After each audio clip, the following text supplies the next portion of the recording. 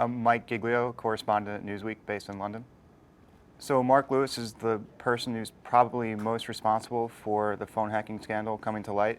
He was the guy who sued News International on behalf of a soccer official who had his phone hacked in 2007. He also was a person who represented the family of Millie Dowler, who was the schoolgirl who had her phone hacked after she went missing and was murdered. We broke the story last week that he's planning to file at least 3 separate lawsuits in the United States for people who think that their phones were hacked by News of the World while they were on U.S. soil.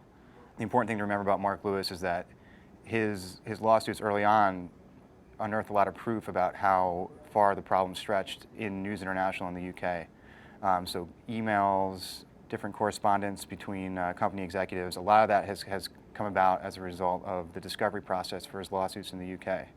And so the point that Mark made to me when we spoke last week is that now if he's able to launch lawsuits against News Corp, that he can start a discovery process potentially against News Corp itself. So there is a potential down the line, if these suits don't settle and if the process goes along, for him to start digging around in News Corp's closets as opposed to just News International in the UK.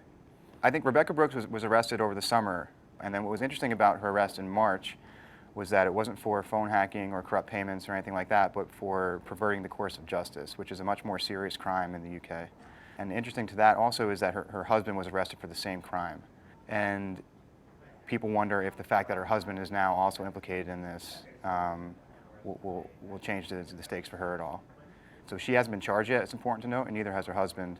And if she were to be charged, it could come anytime within the next couple of months. And so she's a key player in all this. She's very close, or allegedly very close, to David Cameron. And she was kind of seen as the networker extraordinaire in News International, and she had all the key contacts. And she's expected to give testimony before the inquiry, and I think it's going to be very explosive.